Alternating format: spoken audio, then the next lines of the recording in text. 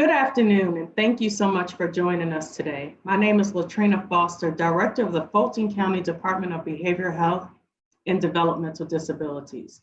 As promised, we're going to assist you throughout COVID-19. As we all know, that COVID-19 has paralyzed our nation. It has placed us all in a brand new normal. A lot of us are sheltering in place. We can't be with our loved ones. Activities that we've been connected to in the past are no longer in existence. We have to step outside of the box and do things in a new norm. We have to get connected on virtual platforms, connect with our family via Facebook or some other video chat. But we're trying our best to stay connected. And we emphasize that it's very important to maintain connection with your friends and family throughout this process of social distancing. Physical distancing, let me say that right. So it's physical distancing, not social distancing. We can't physically be connected with one another, but we can maintain our social connection with our friends and family. As we promised, the Fulton County Department of Behavioral Health is committed to ensure that we provide you with cope and hope. We've requested our citizens to send us questions and concerns that they wanted us to address during our weekly video series. Today, we're bringing you the state of mental health. We have some panelists that are going to share their personal life experience, as well as panelists that can share with you how the school system responded when COVID-19 pushed us all.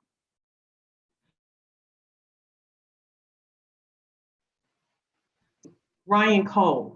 Ryan Cole has been an advocate for individuals that are dealing with substance use disorders. And Ryan Cole has been committed to Fulton County by coming and sharing his own personal story. And we thought that it was imperative that you hear from someone that may have been in the same place that you're in today. Someone that can provide you with some effective coping strategies to manage your life throughout COVID-19 and post-COVID-19. We want to give you coping skills that you can implement today and continue on with tomorrow. So welcome, my dear friend, Ryan. How are you today? I'm wonderful, ma'am. How are you? I'm great. Thank you so much for joining us, Ryan. We're talking today about the state of mental health. And so, Ryan, I personally know your story, but if you want to share with our listening audience a little bit about Ryan Cole. Okay, well, long story let's see. Well, I guess from knowing you guys, it's from I used to be a heroin addict, or an opiate addict for about 7 years. In the last 3 of those years, I was a intravenous heroin addict myself, and I got clean about 6 years ago, and I've been for the last 2 years. I've been trying to get out and talk to people in the community and stuff like that. I'm sorry, I'm getting nervous with talking to you. I apologize. You're fine. Take your time, Ryan. Take your time. We appreciate your transparency. Yes, ma'am. Yes, ma'am. But so it was really stressful getting back into normal life and everything after rehab and getting back to my family and all of those things. And I guess more what we're talking about with the COVID and all of that stuff is I'm just trying to, I've had a couple of people, actually 2 people that have died during this COVID that have overdosed on heroin. And I was talking to him, one of my friends, right before he was supposed to be going to rehab, and he said he wanted to play basketball with me when he got back or whatever. And then he was in rehab, got out, the COVID started and everything. And I'm guessing he was pretty lonely, I would assume, just kind of stuck by himself or whatever. And I didn't hear from him for it was probably like 3 weeks or so. And then the next thing I found out is probably I think it was probably like 6 weeks ago or whatever, that he did 1 shot and he died or whatever. Wow. He's 33, 34, I think. And so he's the 14th person I know that has died from all this. And I really I just want to be able to especially I noticed even on Facebook and just social media and stuff like that, it's everybody else is so overwhelmed with what's going on in the world that I noticed that it's like people weren't even on like Facebook like saying anything about that this guy died, and he was like everybody loved him, good friends, all that kind of thing, and it's like there weren't even kind of swept under the rug. It felt like the funeral was just for the family Right. kind of thing, and so it's just really difficult to.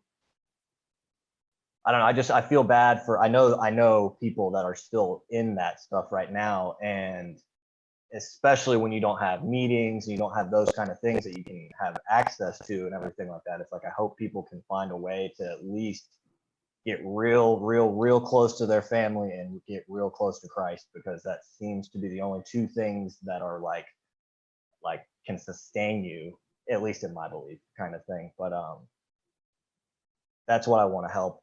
Is just try to help people to know that that's the best way to get out of this, hopefully. Absolutely. I know that was all over the place. I apologize. No, it really wasn't. Ryan, you actually hit some things that we've received emails about. You know, when you experience a loss of a friend or a family member,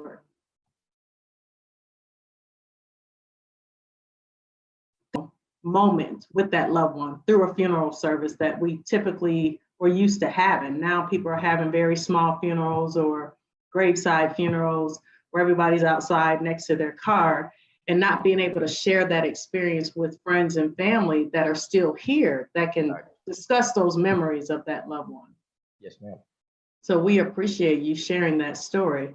And so do you have any advice for anyone that, when we did our first Cope and Hope series, we received a question, and there was an individual that was in recovery but had not been in recovery long and did not specify their drug of choice. However, since COVID-19 impacted their lives, they were feeling that sense of hopelessness, feeling lonely, isolated, and guess what they wanted to do? The coping skills they knew best back in the past, which was to use drugs. So do you have any advice for anyone that is kind of on the verge of going back to one of those coping skills that's really not going to truly assist you? Well, I would say anybody that has gotten out of it and now they're, like you're saying, like they're on the fence of like wondering if they should use or if not or whatever. So they've at least had some kind of sense in their mind to know, okay, I've gotten clean and I know that I shouldn't be doing this anymore. But like you were saying, when you get, obviously the nation is depressed right now and people are all of the above, XYZ. And I feel like I was saying, like, to be honest, the only thing that I've seen work like 100% all the time is people that are 100% honest with their families. Like that was one of the most difficult things for me. It's like when I was stealing and doing all of the things that I was doing to get my heroin and stuff like that, it was really difficult. Even after I was clean and everything, it's to this day, it's still difficult to talk to my mom and my sister. It's because there's a lot of the shame for what you did and everything. So but on the flip, it is the best gift to be able to have those conversations and then hopefully one day to even joke about them with your family and everything, and they can see you on the flip side of it, on the other side of it. And so I would say for somebody to definitely stay close to your family, even if you only have one. I have a very small family, but the ones that you have, keep them as close as you can. And like I said, having a personal relationship with Jesus Christ has fixed everything else. It makes you have to work on everything, obviously, kind of thing, but it has definitely formed everything, shaped everything for everything to work. Thank you, Ryan. So family support sounds like something that is extremely important. Big time. For individuals, not only with a substance use disorder, someone that's in recovery, and or someone that may have a mental health disorder, but that is very important, that a support system is extremely important via your family. And if you don't have that connection with your family, at least find you some accountability partners so that you all can hold one another accountable and provide each other with encouragement through this stressful time. Thank you, Ryan. You're welcome, ma'am. So Miss Electra Evans, I see that you're on.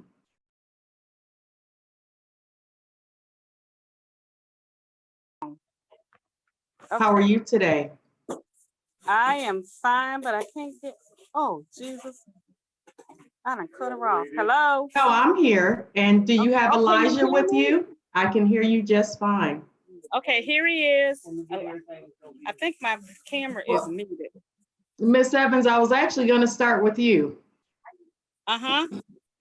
So first of all, let me introduce you and your son. So Electra Evans is the mother of Elijah Walker.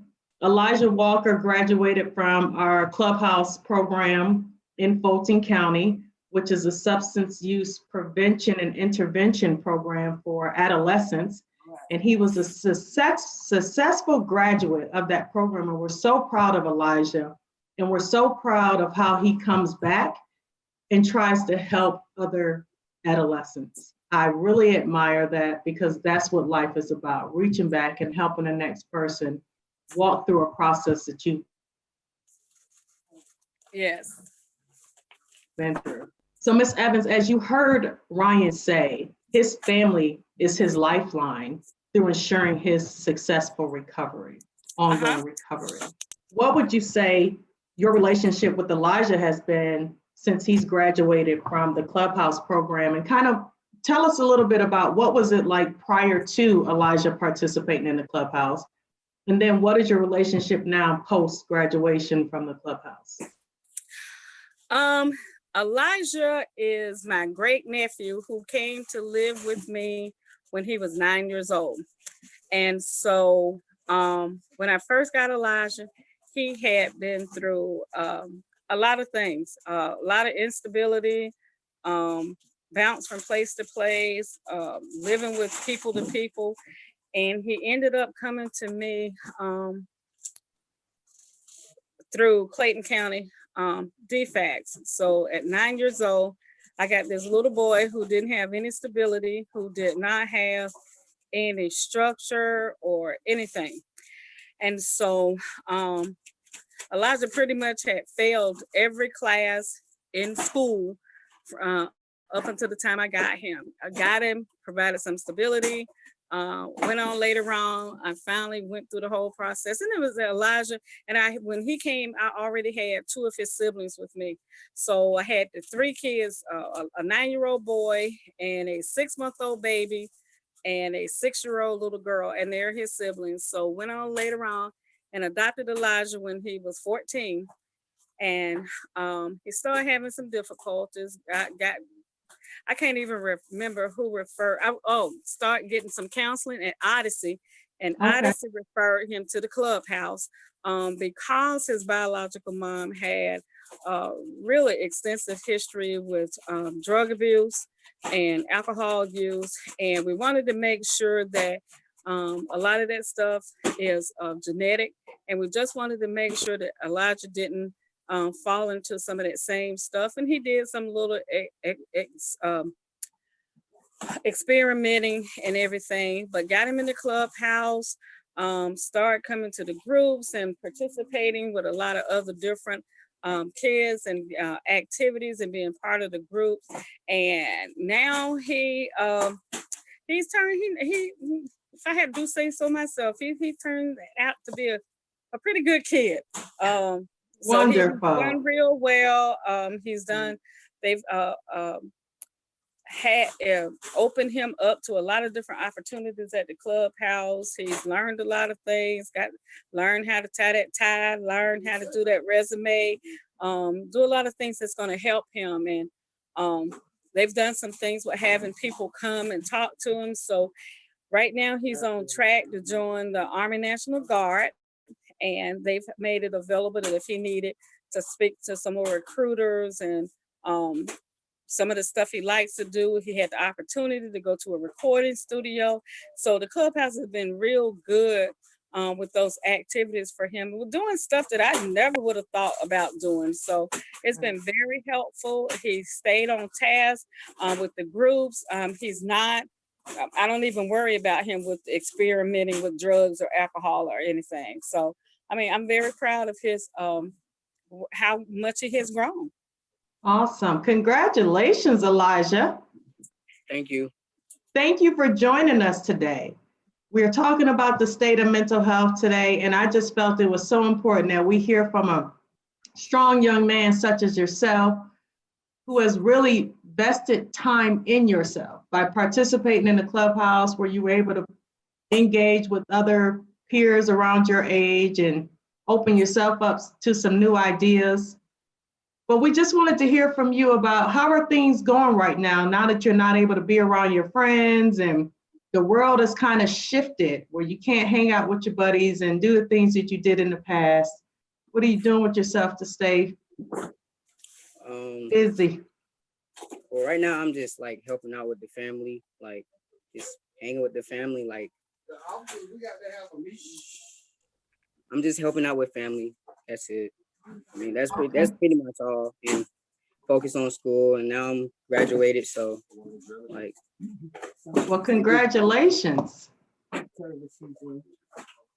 yeah. And congratulations on your next step. So how has that process been since you're not able to actually physically meet with the people and have those face-to-face interviews? Are you guys doing it through Zoom?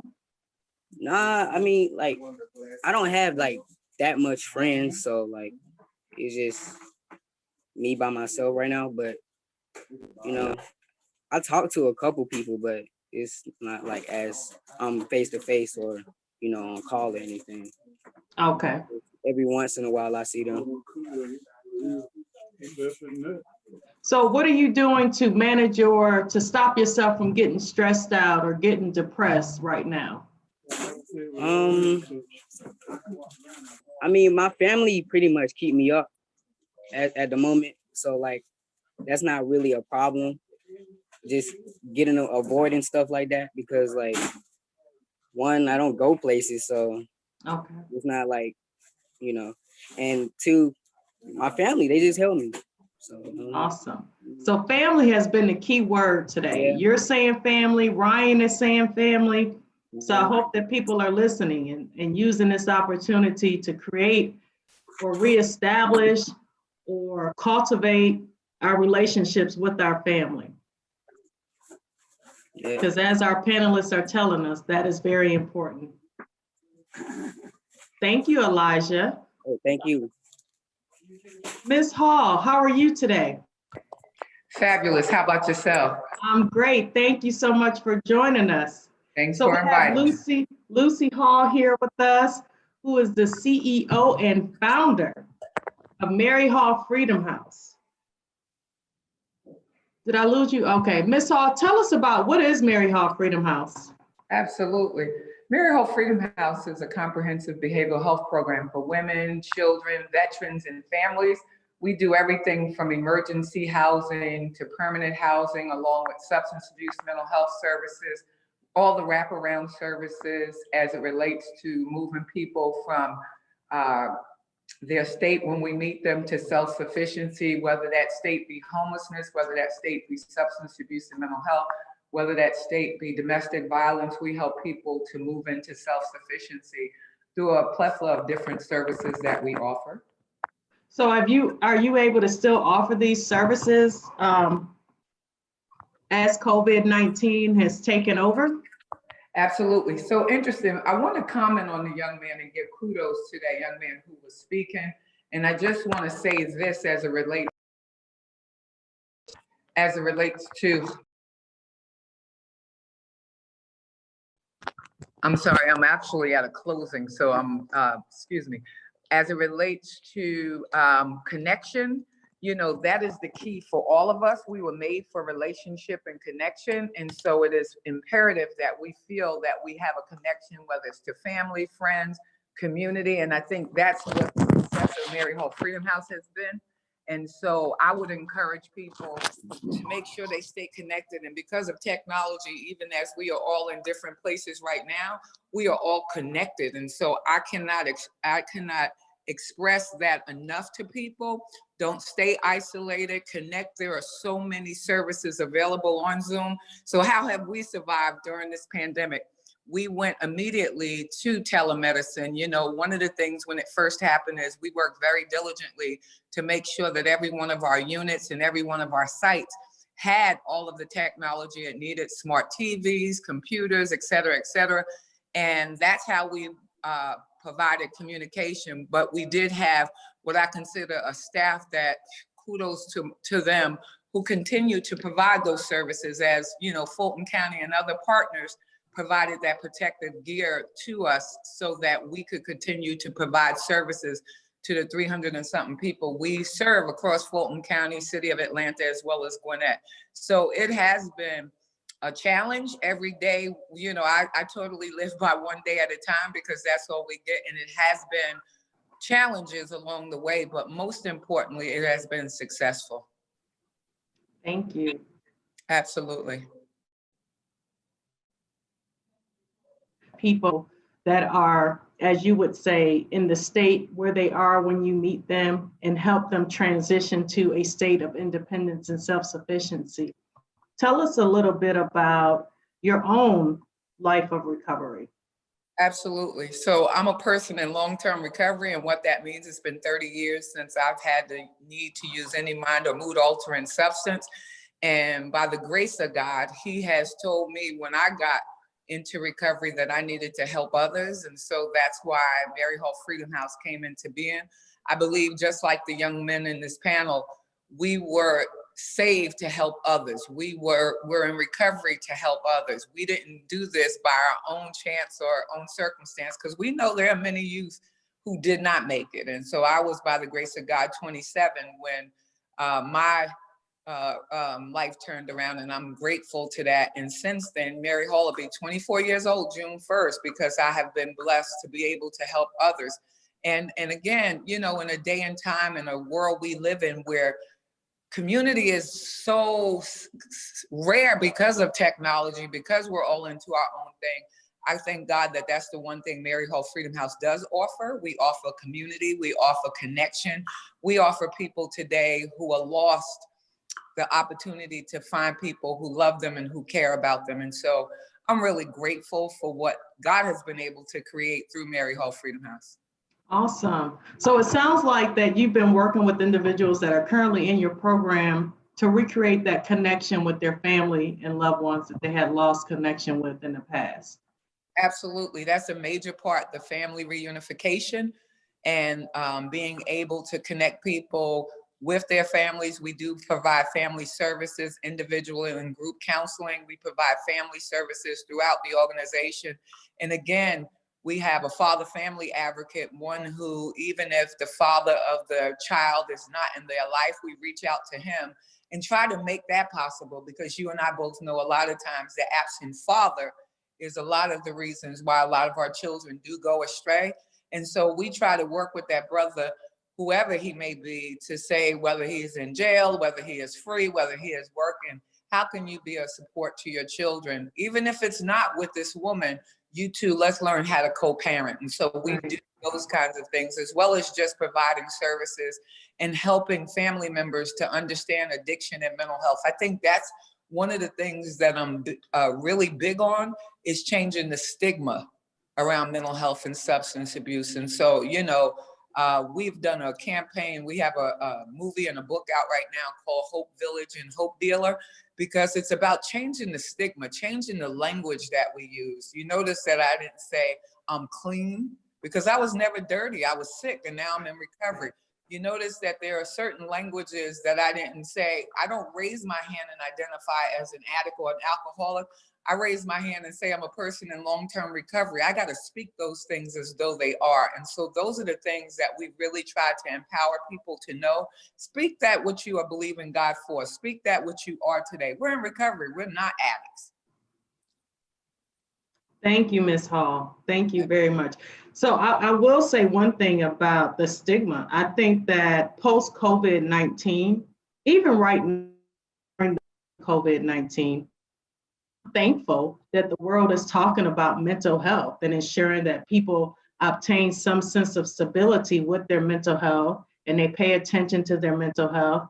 This is something we do every single day, but I'm glad that the spotlight is shining now on mental health. And I hope that we don't lose this traction, because I know post-COVID, we are all going to have to step up and respond to some things based on predictions around statistics on how numbers are going to drive up around when it comes to suicide, when it comes to substance use disorders, depression and anxiety.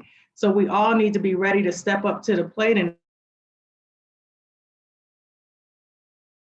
ensure. We definitely thank you for the work that you're doing within our community.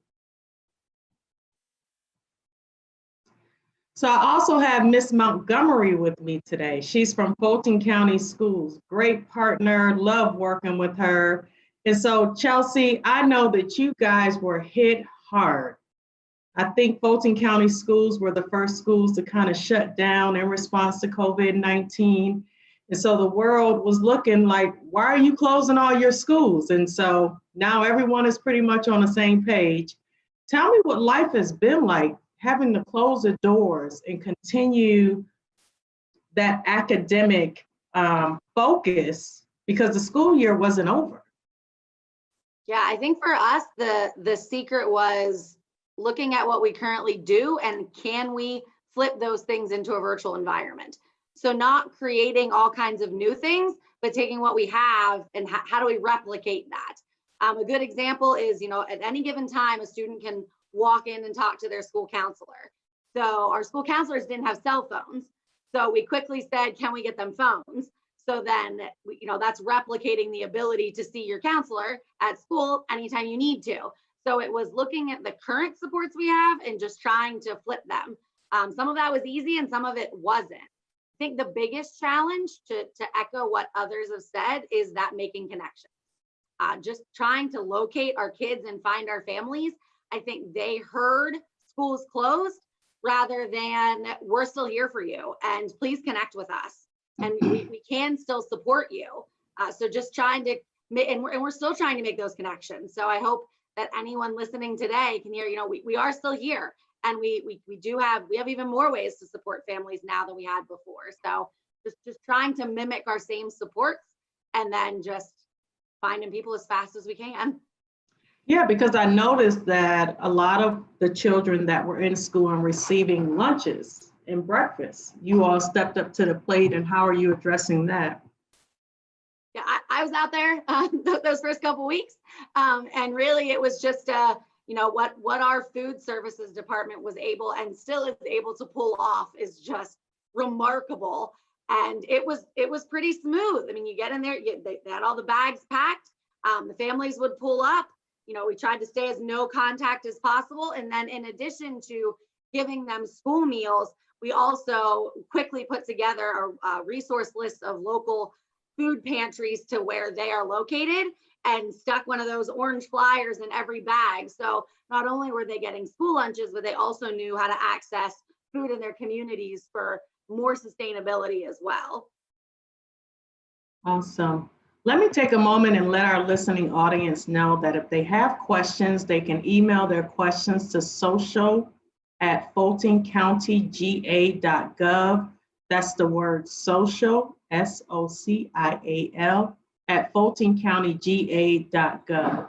Ms. Montgomery, what kind of services are you guys, what type of collaboration are you doing with the students to ensure their mental health is being addressed? Yeah, so a couple of things. We use something called Check and Connect, which is a very structured mentoring program. And we with the cell phones, we continued those twice a week connections with all the students on the caseload, just a little different method. We have learned kids like to text. So that ability to text has been really, really important. So we've done lots of check-ins. Every one of my staff, which is over 400 people, they have been required to connect with at least 20 kids at every school every week. So really upping those connections. And then partnership wise, our on-site mental health partners, they did a great job of flipping to telehealth very quickly. So all of our students that were receiving those more therapeutic services, that all continued. We got permission to use our school devices, and they're keeping their devices over the summer, so that those devices and hotspots and that ability to keep those connections and keep those things going. I think one thing we can't do is wait until we return to get in front of this.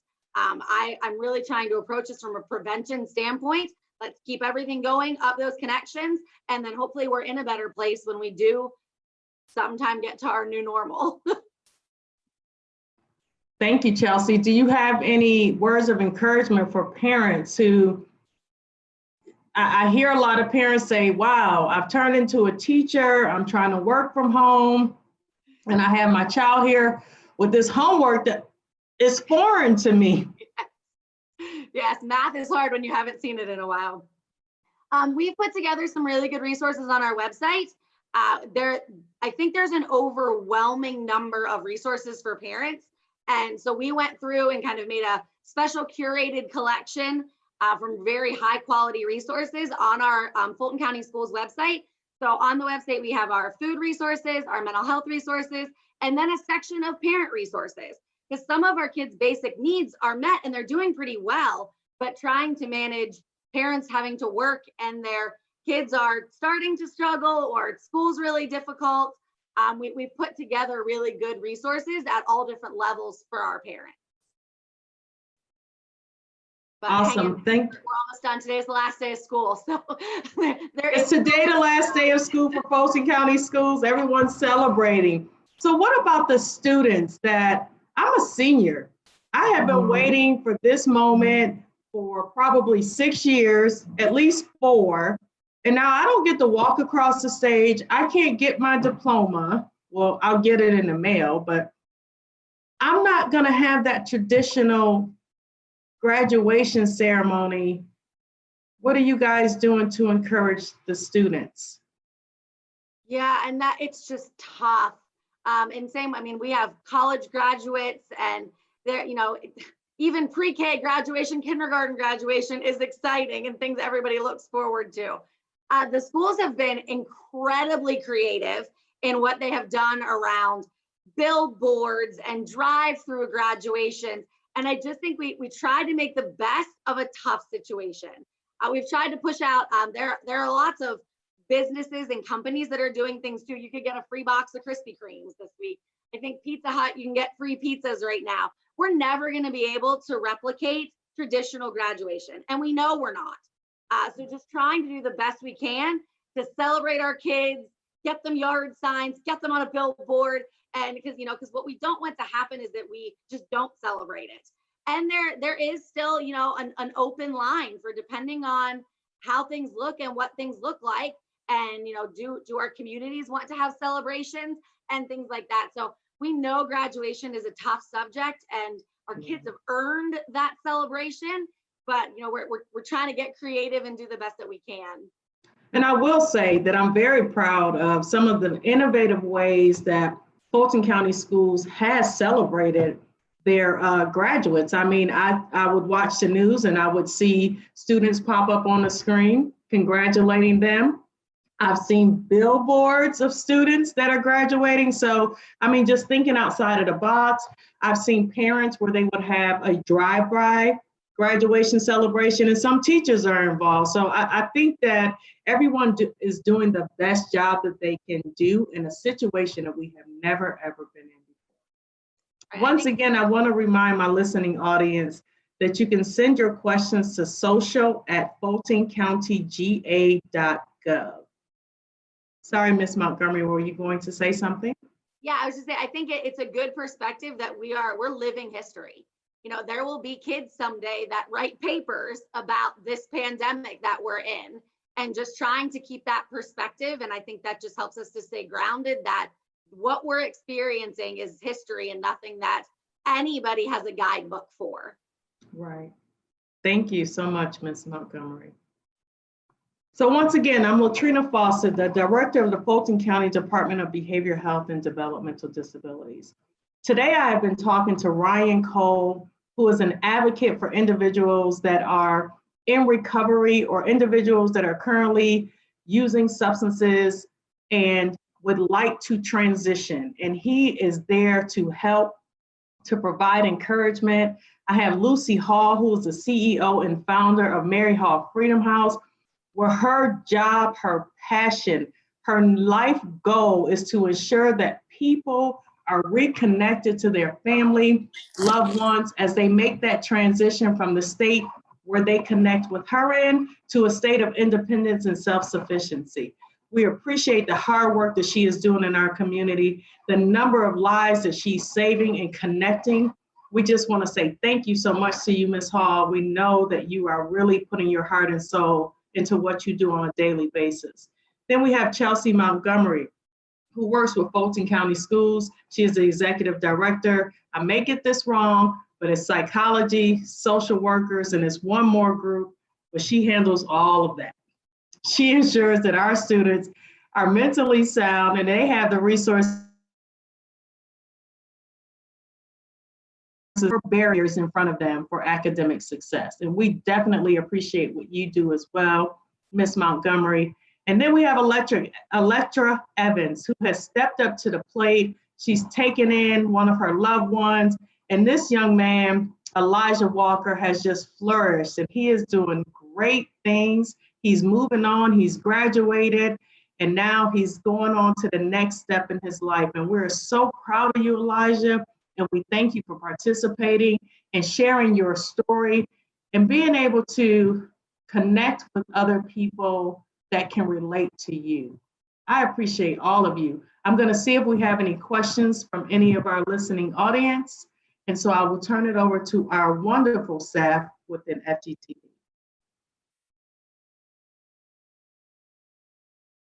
One question that we do have is, what should I do if I'm struggling with addiction, but I'm afraid to seek help because of COVID-19? So Ms. Hall, I'll allow you an opportunity to answer that question. Absolutely. Because as I was telling you earlier, Ms. Foster, that in the beginning of COVID-19, we did stop admitting individuals because none of us knew the climate that we were facing or what to expect. But we have started opening up, and Fulton County has provided testing. There are so many ways for you to get tested, and our community stays tested. So everyone who currently lives at Mary Hope Freedom House, thanks to Fulton County, has been tested, and by the grace of God, everybody is negative. So don't sit there and let your addiction make an excuse for you not to get the help you need. Step out there. I also want to comment to you, Ms. Foster, because you said this, we haven't seen the worst of this yet because of the aftermath of this. That's what concerns me. We have seen a number of people who have come in and due to their mental health and being unstable, having to stay in an apartment unit or stay isolated, they couldn't do it. You know, mentally they struggled with doing that. So they may have been 1013 or had to seek out the psychiatric help or get stable on medicine. So, and once they got stable, they were able to come back. And so I would just say to that person who needs help, don't let your addiction make any excuses. We're going to take precautions to make sure you're safe, and so are we. Thank you so much, Ms. Hall. Thank you. And I echo everything you just said. The next question that we have is actually for Ryan. What if you have tried and failed at recovery and you're ready to give up? What advice do you have for that person? Ooh. Keep trying. Oh, there was quite a few times that I relapsed. That's a very difficult question. Stay grounded with your family. Even if it's like I was saying earlier, like it's worth telling your family or your friends or somebody, even if you're thinking that they're going to think differently on you or something like that, like say something to somebody. Because like I wish that I was kind of scared to ever, because of the stigma, like you guys were saying earlier, it's like I didn't want to tell everybody like what I was doing and everything like that. But it's like it's now and what's going on and everything. It's like if you're on that last rope, tell somebody. I know that's very like easy to say that, but that's like the only thing I can say. Okay, Thank you, Ryan. This is an open question. What can you do if you see a family member or friend who is nearing or experiencing a relapse?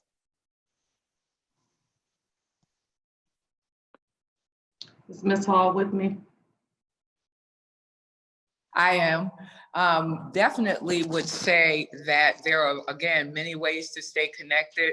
The Georgia Council on Substance Abuse has a hotline that's a peer mandated hotline. There are so many connections. There are people who are disconnected because there's online 12-step meetings, there's online different resources that are available. So again, I would say don't stay stuck, get help, get connected. Don't stay isolated, because the isolation is what draws people back into their head. I don't care whether it's mental health or substance abuse. If you stay in your head too long, and me being one of them people, if I stay in my head too long and don't pray and don't talk to other people, I probably start thinking a little batty myself. So get help. It is available. Stay connected. That's imperative to anybody who is in recovery. And to all of us, period. You don't even have to be in recovery or have a mental disorder. Staying connected is imperative to all of us. This is the struggle of everybody who's involved in isolation. Thank you. And I noticed that the question, they wanted to know how to help a family member. And so, as Ms. Hall said, there are a lot of resources out there. And so I think just collecting various resources, but it's going to be up to your family member to want the help. One thing we cannot do is force people into treatment. They have to want it.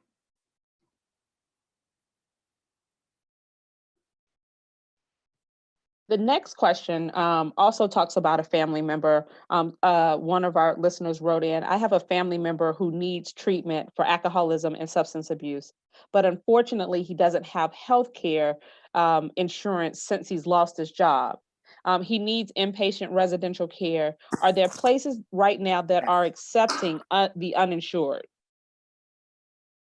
So we can definitely do some research and post something for you.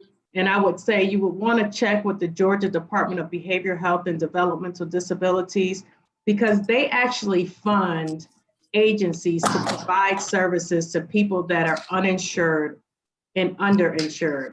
So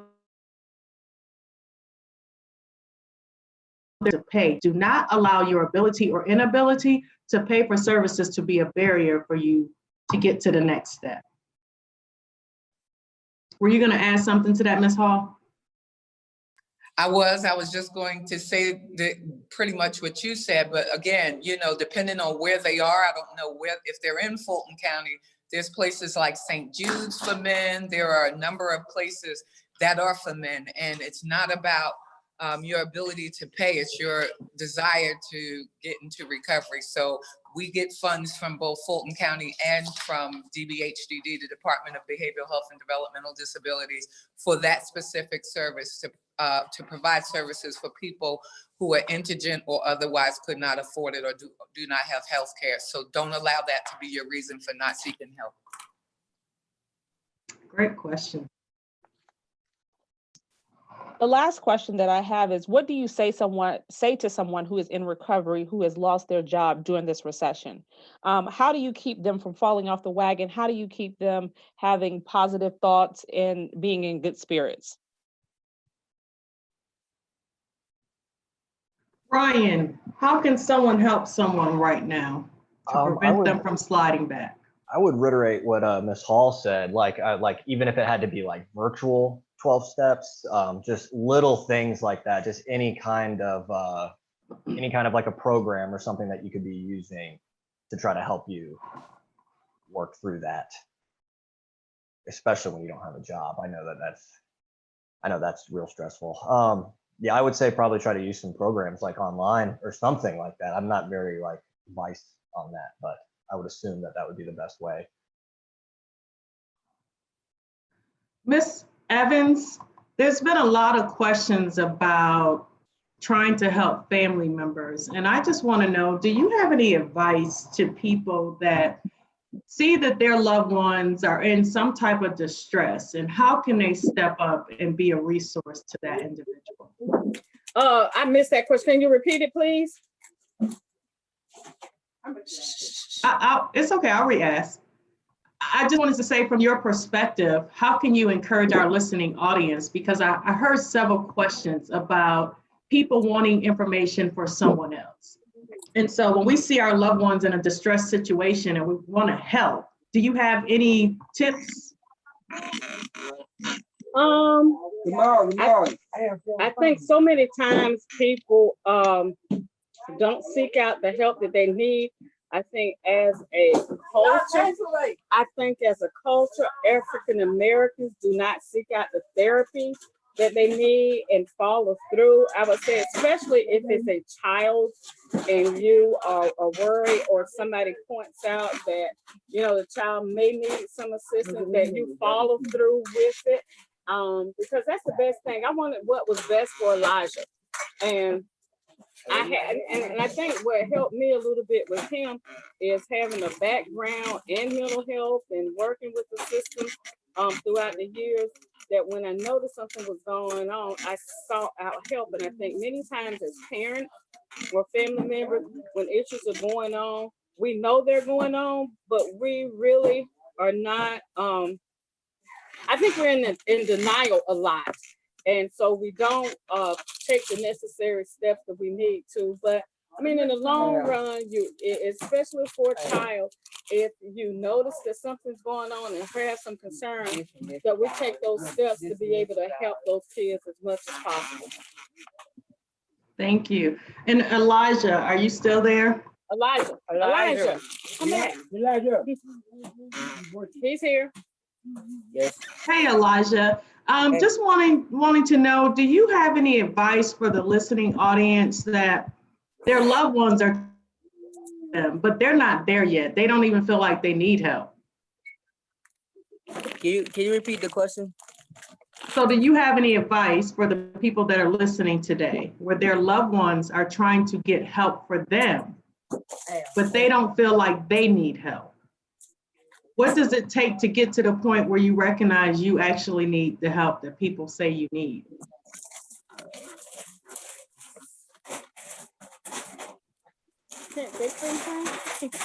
I mean, He's thinking hard. I want them to think hard. We got to challenge them today. No, she said, what is, okay, like, what's your advice? Like, I went and took you to Odyssey and whatever else. What's your advice for those kids, for people who, when their family members seek out help, and you probably don't think it was an issue? What's your advice for those people? I mean, seek help the best way you can. I mean, like, What if you didn't think anything was wrong? I mean, you still go seek help, because like that's the only way you gonna like know if you really need help. Like, if you just go to like a therapist or something, like, or anybody that's willing to help you. Like, if you go to them and they help you, you'll really know, like, oh, I really had this problem, or, you know, I really need help with this.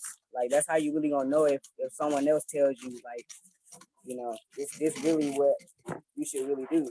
But yeah, just go seek help anyway. Like, if you feel like you don't need help, like, at least try and go seek and go get help for yourself, because at least you'll know what's really wrong, like how you feeling. Thank you, Elijah. Ms. Foster, can I just make a comment Yeah, with I that see question? your comment over on the side. I was gonna go ahead, Ms. Okay. Hall. Yeah, again, language is so important when we talk to our loved ones, when it comes to what we are seeing happening to them.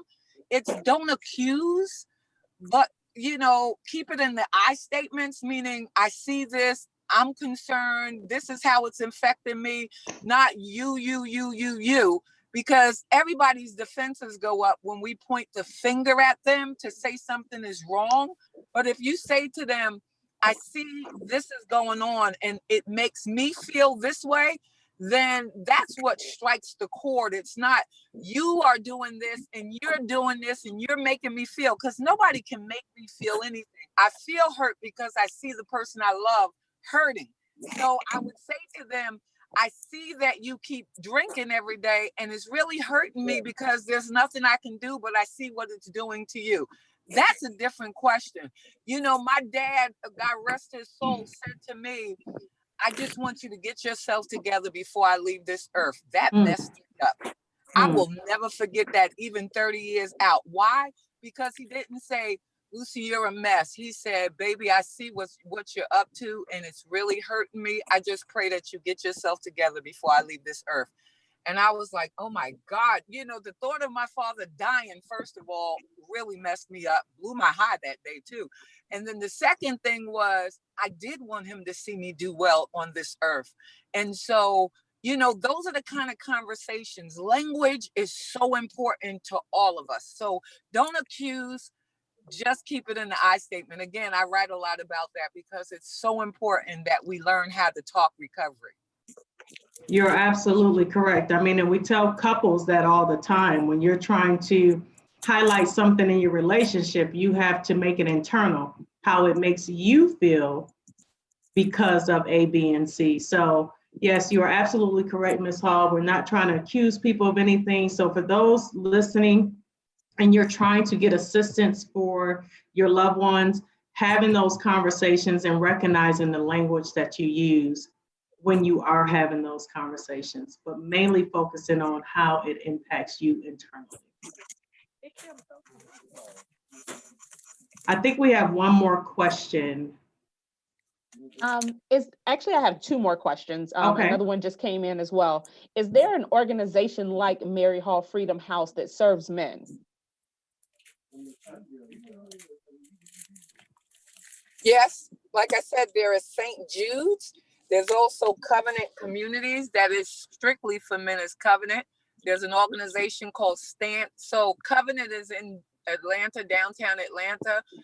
Stan Incorporated is out in DeKalb County. St. Jude's is also in Fulton, Atlantic area. So yes, there are programs that are out there. Again, Georgia Council on Substance Abuse has a peer mandated hotline that's open from 8 a.m. to 11 p.m. to talk to family members as well as that person that is addicted or is in recovery that wants to connect. So there are many ways in which you can get resources, as it has been stated by Ms. Foster, through the Department of Behavioral Health and Developmental Disabilities.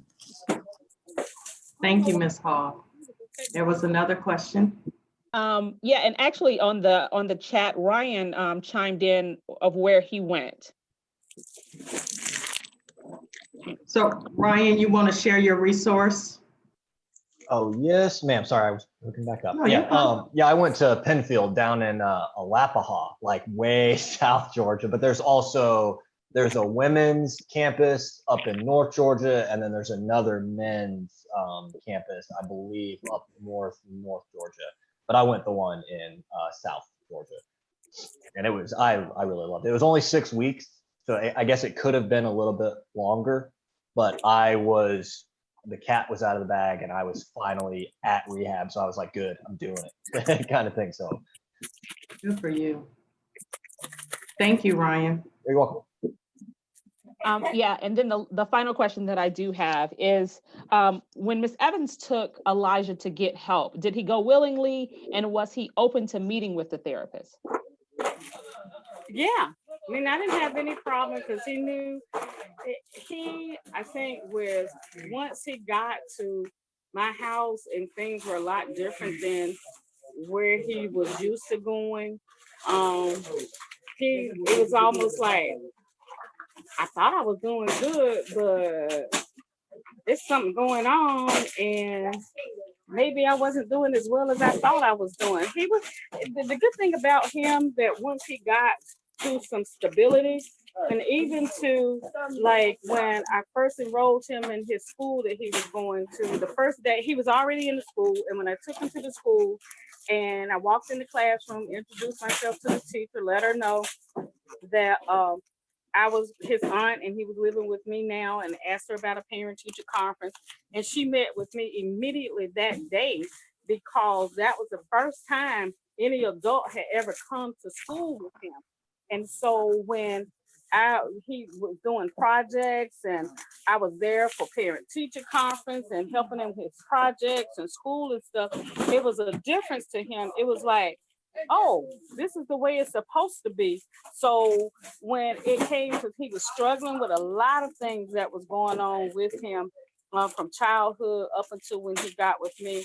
So he I mean, he went willingly. I didn't have any problems. He realized that there were some issues going on with him that probably weren't quite, quote unquote, normal. And so, I mean, he never fought it. In fact, he really embraced the counseling and really enjoyed being a part of Clubhouse with other kids with similar backgrounds that he had. So I didn't have any trouble with him at all. He was very open to it. Thank you. So I thank everyone for joining us today to talk about the state of mental health. A lot of our focus today was on substance use disorders, and we did that because we had some experts that could truly talk to people that were either in recovery or people that were contemplating the next steps for their lives. And so we felt it was very important to bring in Ms. Hall and bring in Ryan, who has life experience in walking the life of recovery. And both of them are dedicated to reaching back and helping the next person. And then, of course, with our panelists, with Ms. Evans and Elijah, we just really appreciate you guys. You guys have always stepped up to the plate when we needed you, just to encourage parents and other peers of Elijah's age. And Ms. Montgomery, it's always a pleasure working with Fulton County Schools. You each have 5 seconds, 10 seconds to give one tip, one coping skill, a strategy, word of encouragement to our listening public. Ms. Hall, I'll start with you. Yes, my word of encouragement would be hope. Just stay hopeful and know that this too shall pass, and that you can, I say this to everybody, stay hopeful, stay healthy, and stay helpful. Reach out to somebody else today and get the help you need. If it's you who needs help, if it's somebody who knows somebody who needs help, reach out for the resources, because help is available. And thank you, Fulton County. Thank you, Ms. Foster, for this opportunity to share with people, because we just got to put it out there. People do need help. Thank you, Ms. Hall. Ryan, words of encouragement for our listening audience. I would definitely say hope for sure, and try to be still and just kind of digest everything and just really try to think everything that's going on out in the world and everything, and just try to stay still. That's the best. Thank you. Miss Evans, Elijah, give us a word of encouragement. I'll just say ditto to what both of them said, and then the consistency, and then it's got to be the willingness on both parties to try to make things better. I know, and Elijah's not listening, so I'll speak for him too. Ditto. Okay, thank you. Ms. Montgomery, students and parents, they need it. Words of encouragement. I would just say, be nice to yourself. It's okay to not be okay right now. It's just not okay to not do anything about it. So That's right. We all have our own coping. We all have our own strategies and toolbox. But it's okay to not be okay right now. Thank you. To my listening audience, Latrina Foster, Director of the Fulton County Department of Behavioral Health and Developmental Disabilities, where we stand here continuously ready to serve. You are still able to obtain behavioral health services through the Fulton County Department of Behavioral Health. All of our resources are on the website at www.fultoncountyga.gov. We hope that we're holding our commitment to you, and that's to provide you with cope and hope as we shift through the world of COVID-19. Stay connected. We look forward to speaking with you all again soon. Take care.